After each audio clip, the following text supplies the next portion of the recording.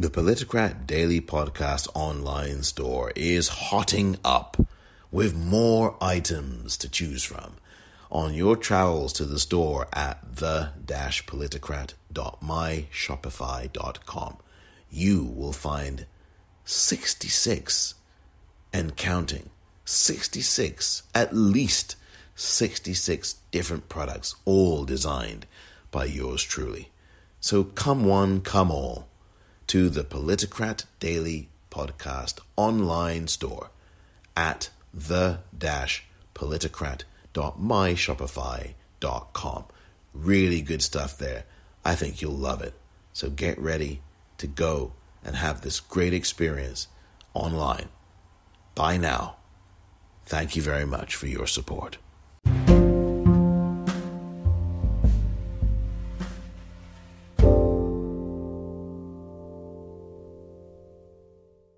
Welcome to the Politicrat. I'm Omar Moore. It is Sunday, February the 14th, 2021.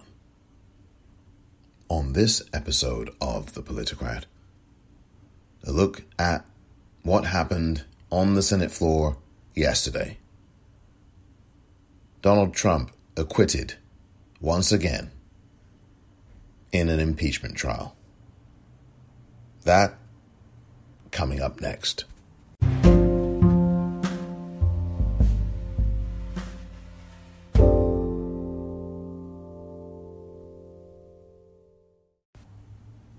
Welcome back.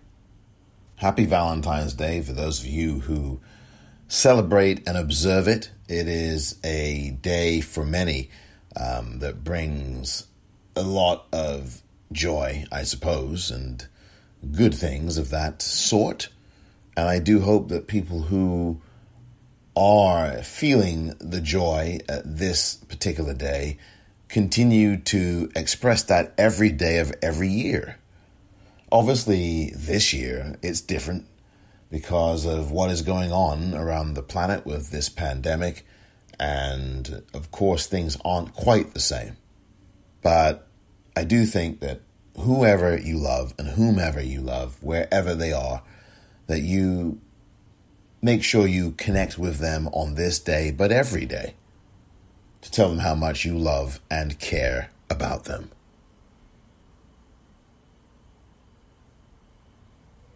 Well, last night, or I should say yesterday overall, was not a great day in the United States of America.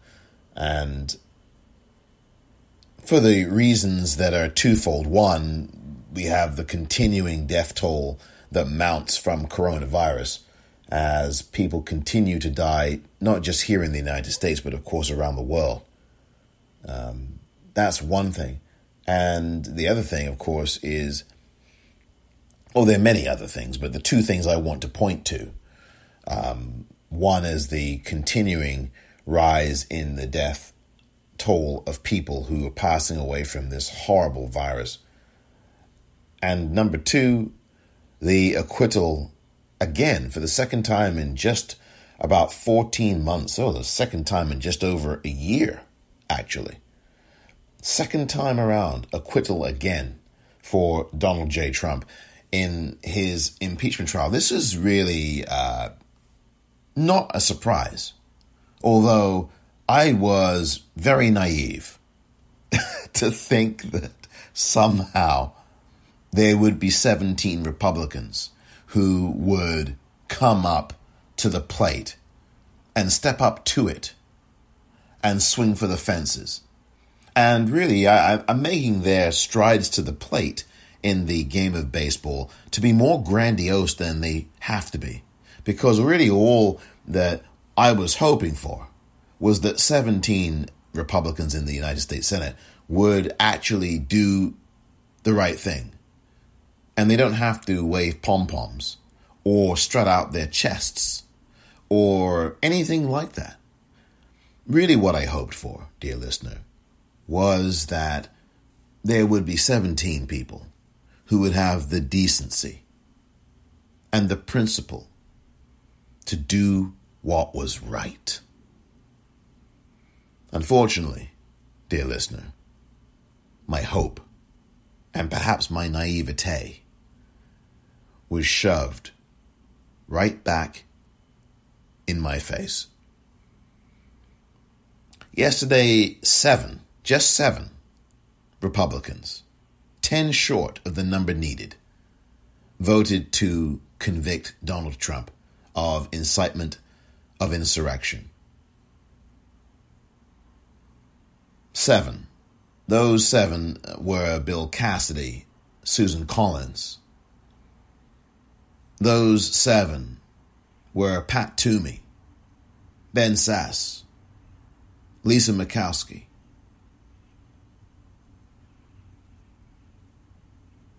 Those 7 were Mitt Romney.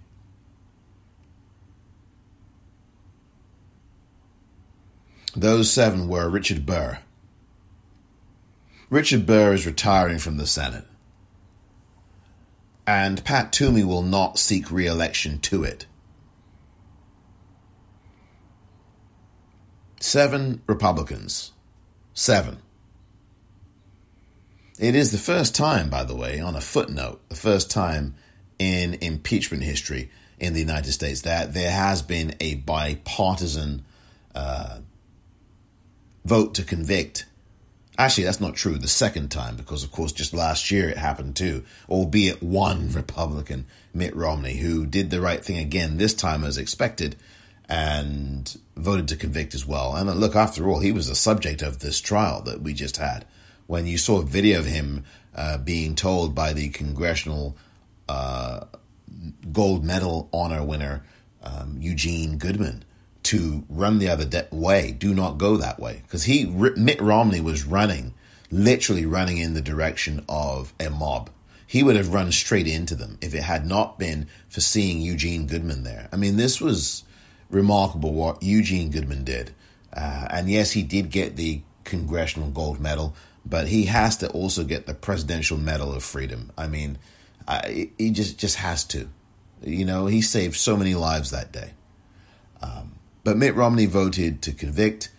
Let me go through that list again. Richard Burr voted to convict. These are all Republicans in the Senate. Voted to convict. Richard Burr voted to convict, as I said. Richard Burr had his own problems as well, by the way, with the insider trading investigation that happened last year, and he had been investigated by the FBI or looked into. The Senate, he had to resign from a Senate committee that he had led. And I think he got pretty much, he didn't get any charges levied against him in terms of being convicted or anything like that. But the point is, Richard Burr voted to convict. Susan Collins voted to convict. Bill Cassidy voted to convict. That's 3. Lisa Murkowski voted to convict. That's 4. Ben Sasse voted to convict. That's 5. Mitt Romney voted to convict. That's 6. And Pat Toomey voted to convict. That's 7 Republicans. So there you go. 7 Republicans in the Senate voted to convict. And all of the Democrats voted to convict. 48 Democrats plus the 2 independents who caucus with them. That would be Angus King and that would be Bernie Sanders. That made it 50 on the Democratic side and the 7 on the Republican side. And that was that. 57 votes to 43 votes. And of course, you know that is 10 short because you need 67 votes to convict and remove a person who is accused of impeachment, and particularly on the presidential level. Now, look, I think that might be true in any of the federal offices, not just the office of president. But the point is that there were 7 Republicans that came along, but the effort fell short. Not as far as the House Democrats were concerned. The House Democratic impeachment managers were excellent. I thought that they did a magnificent job during the trial itself. I thought that every day that they presented their evidence was a very strong day for them. And congratulations to the hard work that they all did, and their teams as well, because the teams behind them don't get the credit. And I want to give the teams behind the people I'm about to mention all the credit as well. So congratulations. And thank you for all your hard work. Congratulations that you got through this. I mean, obviously it wasn't the outcome you wanted, But congratulations for your efforts, and thank you for your efforts is really what I want to say, for all the people behind the scenes, behind the people behind the people. And the people who, of course, were the House impeachment managers, Stacey Plaskett, the representative out of the Virgin Islands, the delegate there. Thank you, Congresswoman Plaskett. Thank you to Congresswoman Diana DeGette, Congresswoman Madeleine Dean as well. Thank you very much for your efforts. And to the congressman, Representative Ted Lieu, thank you. Representative Joaquin Castro, thank you. Representative Joe Neguse, thank you very much indeed. I know I got his name wrong the other day, but his name is Joe. Representative Joe Neguse, thank you so much. And of course, Representative Jamie Raskin, thank you very much. The lead impeachment manager, I thought he was very good as well. All of them were stellar, particularly Stacey Plaskett and Representative Joe Neguse. Both of them were stellar. I thought the whole team was very good. The only issue I had, and I railed about this on Twitter for a few minutes yesterday, that would be Saturday, at the Popcorn REEL, was that I was not as particularly impressed with the defense, with the Democratic managers' closing. Their closing argument, to me, was not as strong. And I think the only reason I say that is because there were some hiccups in the way they presented the evidence in the exhibits. And yes, I know that the GOP, the Republicans, are going to make a stink out of everything. Of course, the Republicans are going to interrupt. That's not where and why I think the Democrats did not do particularly as good in the closing argument. It is the organization where I had a complaint. It is the showing of a document that had not been issued as an individual exhibit in evidence, that had not been shown before. The first rule, and I'm not a big trial attorney, I've worked on trials, I've put together documents for trials, but I've not really litigated trials. I've been in courtrooms and watched trials, observed them, been part of them, but I've not actually ever been a trial lawyer in terms of getting up in the courtroom and making the legal arguments. The kind of law I do is much different from that.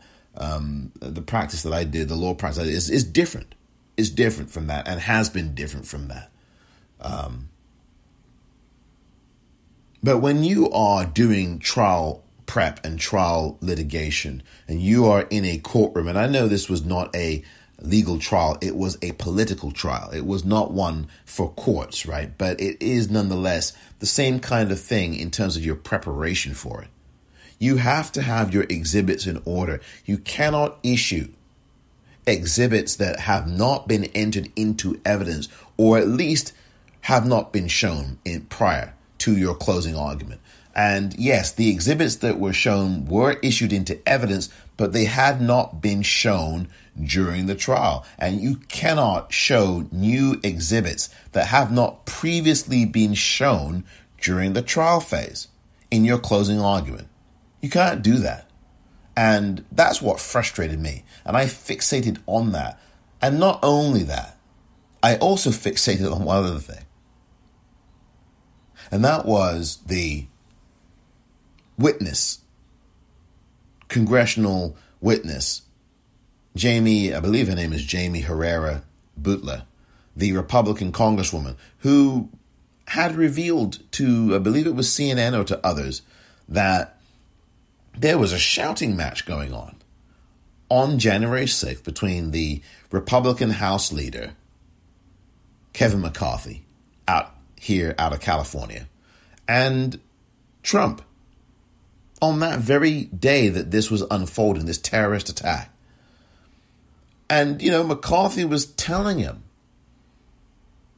they're smashing the windows and they're breaking into my office.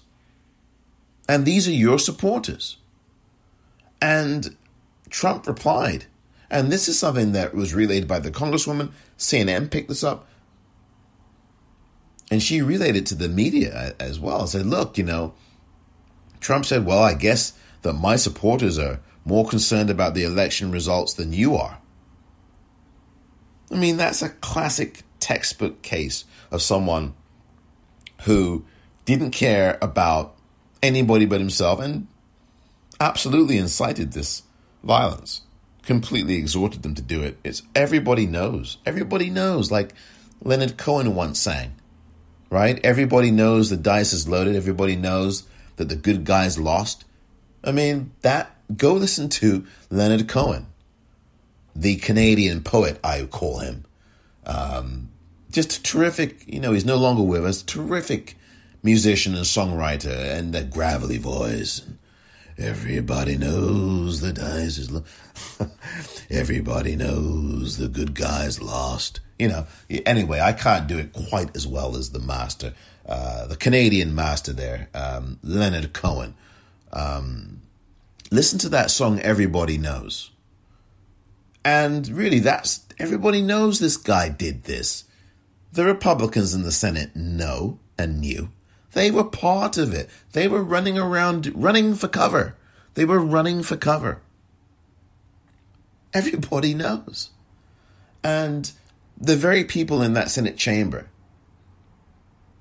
who were listening to this trial or not, 15 to 17 of the Republicans didn't even spend much of any time, and some of them were absent for entire days during this trial.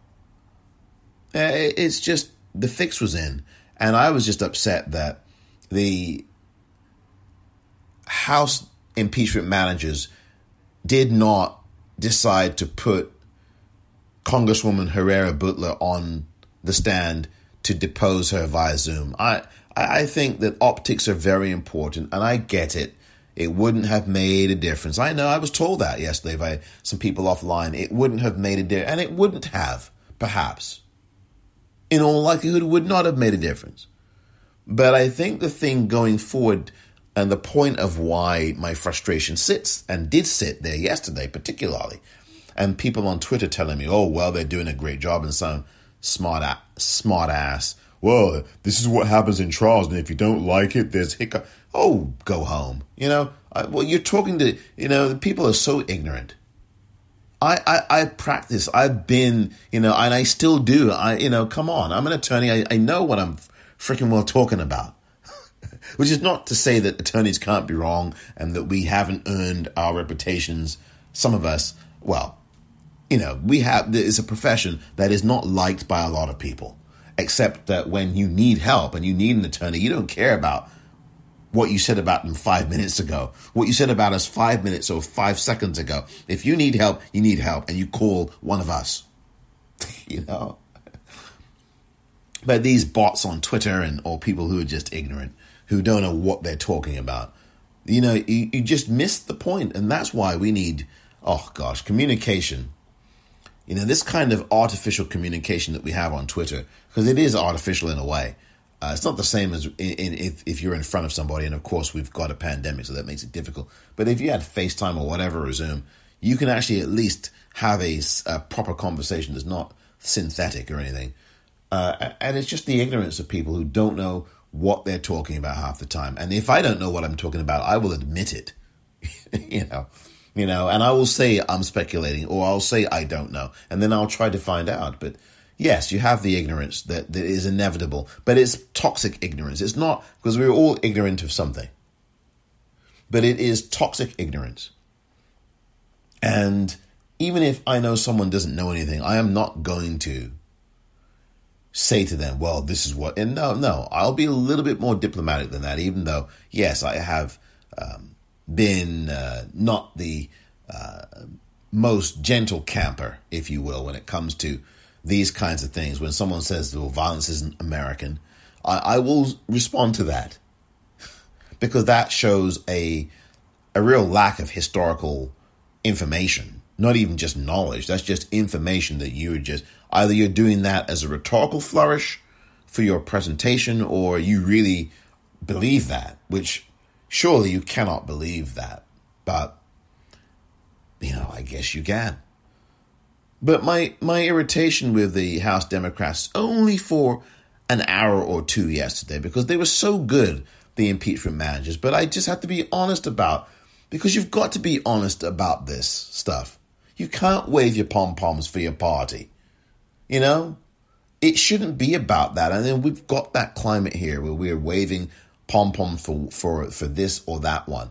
But when the party that you vote for does things wrong, you better well look at it and admit that they have and challenge them to be better.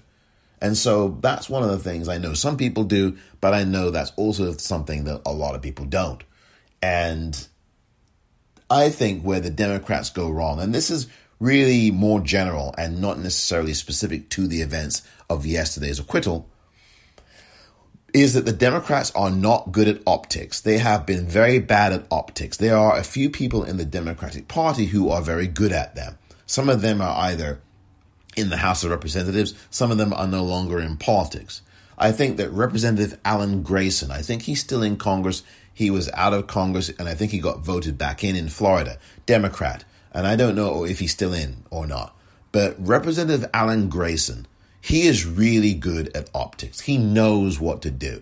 He's got a real good grasp of performance. And unfortunately, politics is performance. It really is in this country and in others.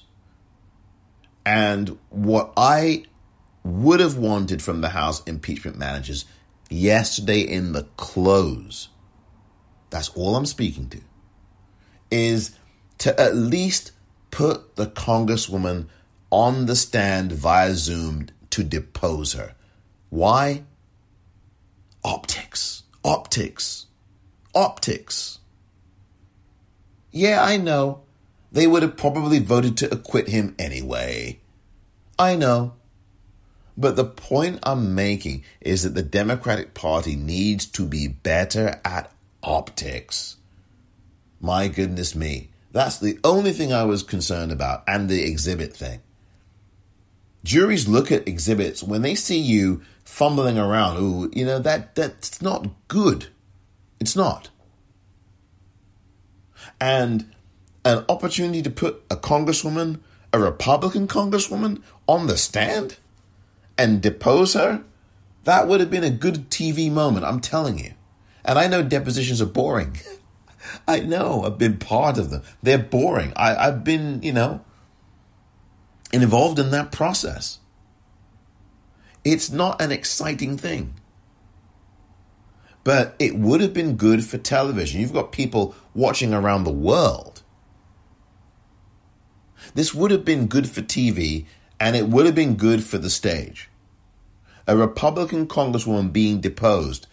Do you know how many television ads that Democrats could have used for their campaigns for next year? I mean, I'm getting emails by the boatload from people who are in Congress. Emails who are talking about next year already. Who are talking about raising money, as they do. And come on.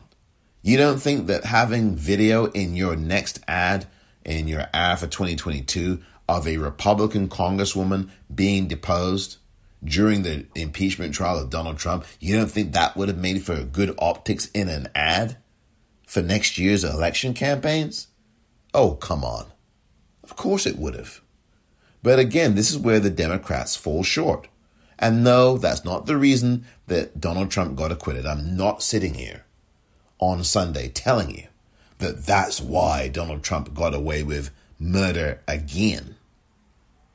I am only saying this to illustrate a point that the Democratic Party needs to grasp, and grasp it blooming quick, because if they do not find a better way to message, if they do not find a better way to visualize, to sloganeer, if they don't find better candidates to put before us voters, it's going to be a real horrifying look next year. It really will. And you will have the House taken over by these gun-toting Republicans. There's only an 11 or 12 seat majority that the House Democrats have. And that should be something we all have to look at now. To get active, to get running, to get candidates out there running, including yourself, or on a local level, or on a state level, and let's turn this thing around. We need to consolidate these majorities in the House and the Senate. We need to consolidate them. And there are efforts underfoot right now, dear listener, for Democrats who are running to get Senate seats, to get House seats. So that's not the picture I'm trying to paint, that all is lost. It's not. I'm just saying that optics are very important. And yes, you may have lost the war, but you win the battle because in the future, you could have used that moment of the deposition of Representative Herrera Butler, a Republican, talking about what happened, and use that for the party that just voted overwhelmingly to acquit him. I mean, this is the long game that I think Democrats do not think of sufficiently well enough. You have to get muscular. And I'm not talking about manly. No, that garbage, that toxic masculinity. No, when I say muscular, I'm talking about striking while the iron is hot. I'm not ascribing this to gender. I'm ascribing it to what is your strategy? What is your strategy? Think about the long game. I talked about this yesterday, about chess and how politics is chess. Steps ahead, moves ahead, 6 moves ahead. Politics is chess. It is chess. It's a certain way of chess. You have to make moves on the board and make moves with the view toward the 6th move that you're making 6 moves from now. And the Democrats don't do that well enough. They just don't. Now, I mean, there are some Democrats who do. Speaker Pelosi, by the way, is one of them. And I have my ups and downs with Speaker Pelosi. I think anyone who's listened to this podcast long enough knows that I have both defended her and championed her when she's done things right. And I have been a fairly strong critic of her, in a respectful way, but a strong critic of her when she hasn't. I've not voted for her the last 2 election cycles. I think some people know that, or not. But I have voted for her on other occasions. And, I think that in this little stretch here, I think she's done a decent job these last couple of months, last month or so. I think she's been good. But again, I think few and far between. But she is a good strategist, even though I think sometimes PR-wise, things haven't worked. Behind the scenes, Speaker Pelosi, I think, is a master strategist. I know that may come as a surprise to some, but she is. She is. And there are others who are too. But if I'm going to criticize her, there are going to be times I do. I'm also going to acknowledge when she is a really shrewd political strategist. She's very shrewd. And I know for some people it may not appear that way, but it's behind the scenes where she is very shrewd. And look, some people would say very destructive. I wouldn't necessarily disagree about some of the things with the voting, to basically, this defense bill and some other things that one of my guests a few months ago who ran against her and unsuccessfully, Shahid Buttar, had talked about that. I understand those things are definitely part of the repertoire for Speaker Pelosi, and I criticize that strongly. I absolutely do. I'm saying that there needs to be a multiplicity of messengers and messagers. And looking around at this Democratic Party right now, I don't see them. And I think that's where all the frustration ended up going to is, what's the long game here? You've just lost your 2nd impeachment trial in just over 12 months. February 5th, 2020, February 13th, 2021. My question is, what is the long game for the Democratic Party? I think that's really the outgrowth here. What is the long game? Let's think about this. Last November, you lost at least 15 to 16 House seats on the Democrats. The House Democrats lost 15 or 16 or however many it was House seats in November 2020. Now, the Democrats on the Senate side gained thanks to black women who organized and the Latino communities who organized and the Native communities and the progressive communities. That happened, particularly the black groups who really got in there and organized voters, particularly in Georgia. Stacey Abrams did an excellent job there. So did LaTosha Brown. Excellent job. Excellent job. And others. They did, but those two in particular. In Georgia and elsewhere.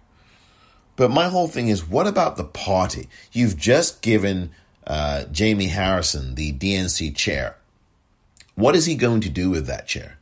He was beaten soundly in November by Lindsey Graham in his Senate race in South Carolina, soundly defeated. And now you've given him, who he was the state Democratic Party chair in South Carolina as well. South Carolina Democratic Party chair was Jamie Harrison. And now he's got the DNC chair. What is the strategy going to be? I get emails from people all the time, including from Mr. Harrison. And I wonder, what is the end game? What's the strategy? And he talks about it. But how is that being implemented? And we have to start thinking about this now. Because I'm telling you, the Republican Party is already strategizing for 2024, much less 2022. And if the Democratic Party, DNC, the mainstreamers, the corporate Democratic Party is not awake, you're going to have a rude awakening in 22 and in 24. And the match has been lit. I mean, the match has been lit like the opening part of Mission Impossible. The TV series, I believe. If I remember, that's how, or was it the movie? I forget. One of the movies or the TV series itself from the 60s and into the 70s. No, the Mission Impossible with Peter Graves in it. I'm old enough to remember that and watch it when it happened. Oh my God, I'm old. But the spark, the spark that travels along the line, the fuse that goes to the dynamite and blows. I know that was in one of the movies as well, in the opening credits. This is already happening. I mean, yesterday the fuse was lit again when you had 43 Republicans say, no, nothing to see here. He didn't have anything to do with it. And I don't want to hear anything from Mitch McConnell. I don't want to hear anything from him. And Democrats, yes, the optics are not there. I've made my point about that, and it's got to improve. Mitch McConnell, go home. You just voted to acquit him again. And then you get up there and give this speech. You want to have your cake. You want to eat your cake and keep it at the same time. And that's what he did with that mealy-mouthed speech. Oh, and the House impeachment managers, they proved their case. And what I think they did is a really good, commendable job, but but constitutionally, we don't have the jurisdiction. Oh dear, I can't do the voice. I don't want to anymore. Torturing you all with this vocal rendition that failed. It is just, that was one of the most agonizing things about yesterday. Not only the result, but to hear, and I should have just turned it off, but to hear Mitch McConnell standing there talking about how their House impeachment managers did prove their case. I don't care that you think that. Of course they did. In fact, the events proved the case. The events of January 6th were the events that proved the case because they happened before our eyes on worldwide television. We all sat there and watched it or heard it or saw clips. Nobody on this planet who has anything proximate to access to internet or computer or television or phone did not see that.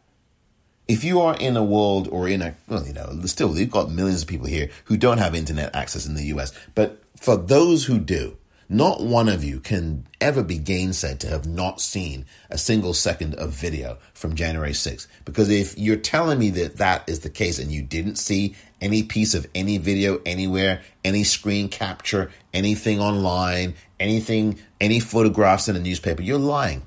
You're lying. So this speech by McConnell yesterday was, I think, a second form of violence. It was a second act of violence. To have him stand there after he had acquitted again this monstrous criminal and terrorist, acquitted him again, and I'm going to give a grandstanding speech. That's the violence. That's a second kind of violence, but it's a systemic violence. It's not just Mitch McConnell. It's a system that will never, ever prosecute itself. I mean, these folks had their speeches readied. The staffers had written their speeches days ago. They wrote a speech for if he was to be convicted, and they wrote a speech for the senators that they staffed with for if he was to be acquitted. And the senators used the speeches, the latter speeches, for their event speeches yesterday. You had Chuck Schumer get up there, the majority leader, the Democratic majority leader of the Senate, got up there, gave his speech, 13 minutes of which I thought were really great. He puts it plainly. And I think Schumer's really improved. I've had some issues with him in the past, but the last year or so, he's really become a really good, sensible voice. He understands, and yes, he's a corporate Democrat. I do not condemn corporate people. It's what I don't like is, again, the selfishness and the greed. That's my whole issue, and the total control of this kind of wealth platform. That's what I don't like. I have no problem with people making money. Heck, I've made a little of it myself. But my whole issue is that part, the concentration of that wealth, and then 99% of the population are starving. You've got people still waiting in long lines, food bank lines in this country. The middle class, the working poor, are struggling to get these checks. And then you've got PPP money from last year going to these billionaire businesses and billion-dollar businesses. It's so unholy. But Chuck Schumer has done a really good job here so far. Yes, he lost yesterday, and the House impeachment managers, for their excellent work, they lost. But the system had orchestrated that. You really think that, and I should know better than to even have predicted that this would not have happened, because that kind of was hope against hope. I mean, come on. Of course the system was going to do this. Of course it was. I mean, he could have taken out a gun and shot somebody dead on Pennsylvania Avenue, and the outcome would have been the same. Well, he would have presumably been put behind bars, but I don't know that he would have been. Would he? These authoritarians get away with murder, massacre, genocide, and he has. Where's the investigation into the coronavirus messaging and everything else? The lies. Where's the investigation about that on Capitol Hill? I don't care that he's no longer in office. That's irrelevant. And that was the weak argument that the Republican lawyers, who were absolutely pathetic and trying to get you into Orwell territory all the time and trying to get you to not believe your lying eyes. Do you believe your lying, not to believe your eyes, not lying eyes, but that's what they were saying. Do you believe your lying eyes and ears? And that was just a bunch of garbage yesterday. Michael Van Der Veen grandstanding, as you know he would. And of course, Mike Lee, optics, disrupting the flow of the closing argument from the House impeachment managers. That's optics, right? And, Democrats have to be ready for that. Anyway, I'll put that point to bed. But the whole point I'm making here now is about the system. If you didn't think, really, the system was going to do this, the system never prosecutes its own. And yes, Donald Trump is part of that system. He's been a part of it for 50 years. And don't you dare tell me he is not. This notion that he's an outsider is as phony as a $3 bill. He is absolutely a part of the system. He has been championed in it forever. The news media and the corporate media in general have championed him forever. They gave him $5 billion of free advertising in 2015 and 16. That's the largest reason why he got in. More than anything, it wasn't Obama. Oh, Obama's the reason why Trump said bullcrap. That's not true at all. You've got a lot of people in this country who are racist. You've got a lot of corporate interests that were defending Donald Trump and promoting him. You had media people on MSNBC who were de-signifying the racism that he espoused on June 16th, 2015, when he announced his run. And he said these racist things about Mexicans. And you had people like Chris Hayes talking about, well, this is tough talk. Didn't say racist talk.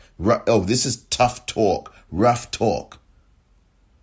You got to really be careful about who you're listening to and keep in mind, and me included, by the way, I include myself in that. You got to keep in mind, consider the source, think about the information, and ask yourself if what I'm saying or what anyone you listen to says has any facts in it or is true. Because I can cite everything I say is not just opinion. There's anything I present to you that I present you books to read. I can point to stories, articles, anything. I have guests. You can hear them yourself. They've written things. They've done research. They've done all kinds of work. I am not here just talking. I mean, I'm talking, but hopefully you find some kind of edification from this.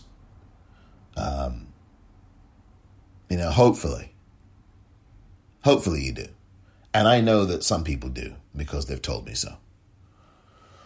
But all I'm saying here is that if you think that a system is not going to be in control of this stuff, you think again. I mean, the speeches were written. You don't think that those speeches by McConnell and Schumer and Senator Cardin and Senator Collins were written in 15 minutes, do you? After the end of that vote. You don't think that, surely.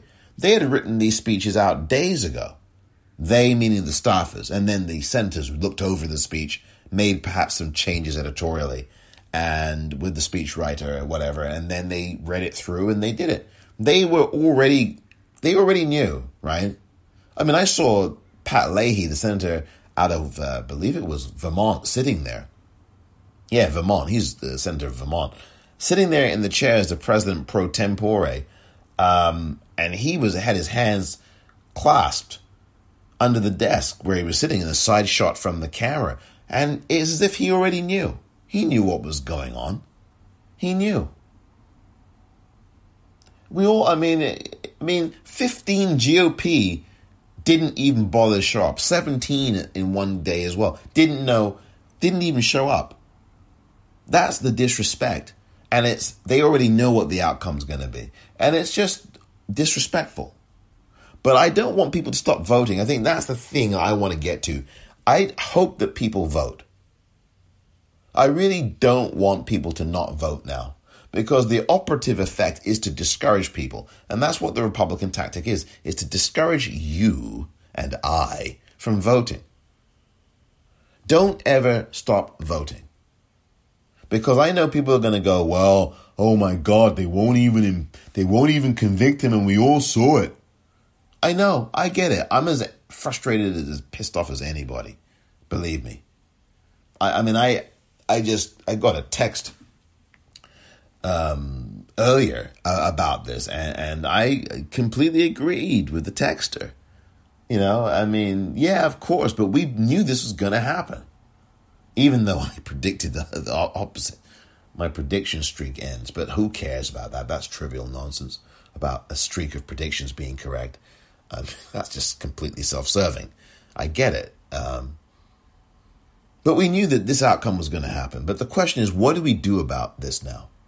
And that goes to what I was saying earlier about strategizing for 2022 and 2024.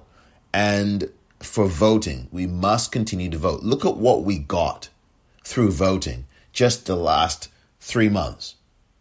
Or, back in September, because early voting began in September in the US. We got a different person in the White House. We got a black woman in the White House as vice president, right? We got 2 Georgia Democratic senators so that we could even be in a position to have this impeachment trial in the first place, this second trial, right? So that we could even get to that point. And then we also got from that 7 Republican senators vote with us. And listen, that is a step in that way. Now, has everybody got their stimulus check in it yet? On a more important note, that's the question. I know that lots of people haven't, right? Has anybody? What about the $1,400? Has everybody got that yet? No, that's not even been fully litigated, if you will. I mean, the House has passed a bill, I believe. The Senate is still doing what it's doing to make that happen and to further it. But That's continuing on. These are the things, the real world stuff now. Now that the theater is over and this is a very dangerous thing, of course, because of course you've got Trump going, oh, well, our movement's going to continue. We cannot allow people to say, well, we hope, as McConnell did yesterday, we hope that the processes of the prosecution in these states takes over.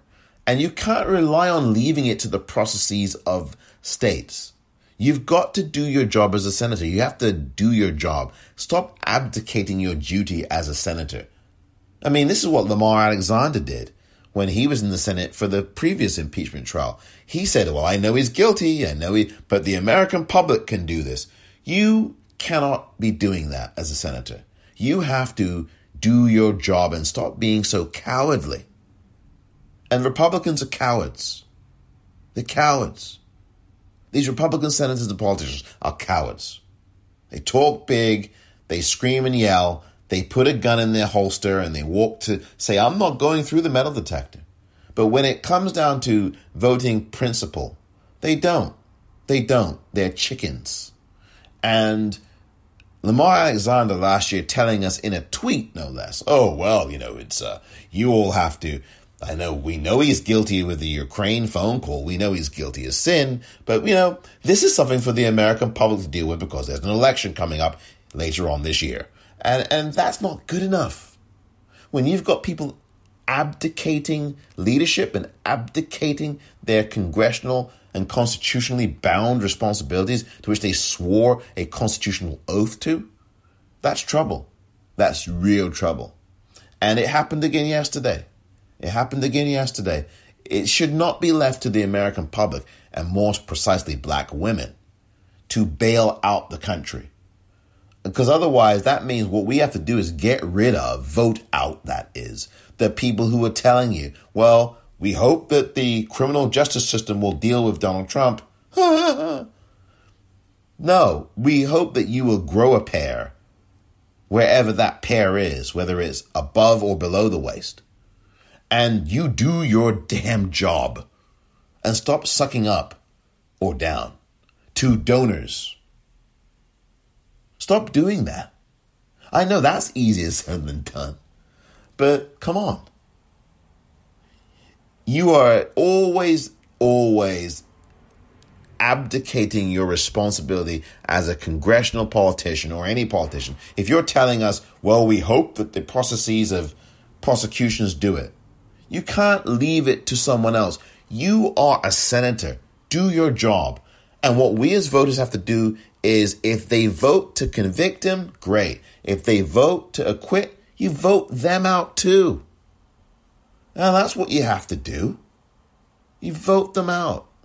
So we're not going to stop voting.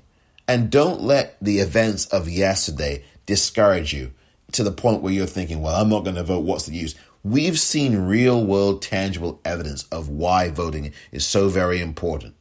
Why you have voting. Why you have a new president, an actual real American president, and an actual vice president of the United States, a real American actual vice president. Although the last one, my goodness me. Whew. My God. I mean, I didn't even want to go there with Pence. Good heavens. I mean, the guy could have been murdered. He could have been killed. Could have been killed. Anyway, at least in one moment of his life, he had a little decency to do the right thing. And again, I'm not championing these folks, but again, if he hadn't done the right thing, where the heck would we be right now? And if you hadn't done the right thing, where the heck would we be right now?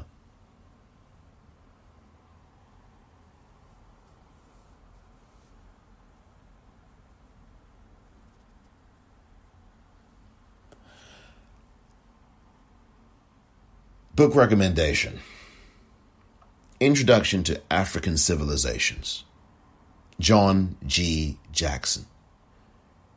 G is his initial, of course. Introduction to African Civilizations. I'm going to lay off of doing a mystery voice today. I'll be back with that in the next couple of days. I want to give that a bit of a break, and I have done over the last day or so. But it will be back in the next couple of days. I hope you enjoy your day of days if you do observe or celebrate this day of love. But again, every day is a day of love. You see, that's the thing, right? What good is celebrating one day, Valentine's Day, which, by the way, was based on something much more the opposite and very bloody. And you go study the history of Saint Valentine and you'll understand what I'm saying. This can't just be a February 14th day. It's got to be a day every day, because what's the use of celebrating Valentine's Day if the rest of the days of the year you treat your spouse, your significant other, girlfriend, boyfriend, whomever, and you treat them like dirt, or they treat you like dirt in the other 364 days of the year? What's the use of that? Anyway, that's why every day is Valentine's Day, or at least, in fact, let's not use those two words. Every day is a day of love and for love. And I agree, and I believe that. That's just the truth. So let's incorporate that, right? And let's also educate ourselves, because we can do this. Tomorrow's leaders today are already speaking to us, and we have to be a part of this as well. Remember, the store is still open 24/7. The Politicrat Daily Podcast online store at the-politicrat.myshopify.com. More products are being added, and you will and should see some new ones very soon. Thank you very much for listening to this edition of The Politicrat. I'm Omar Moore.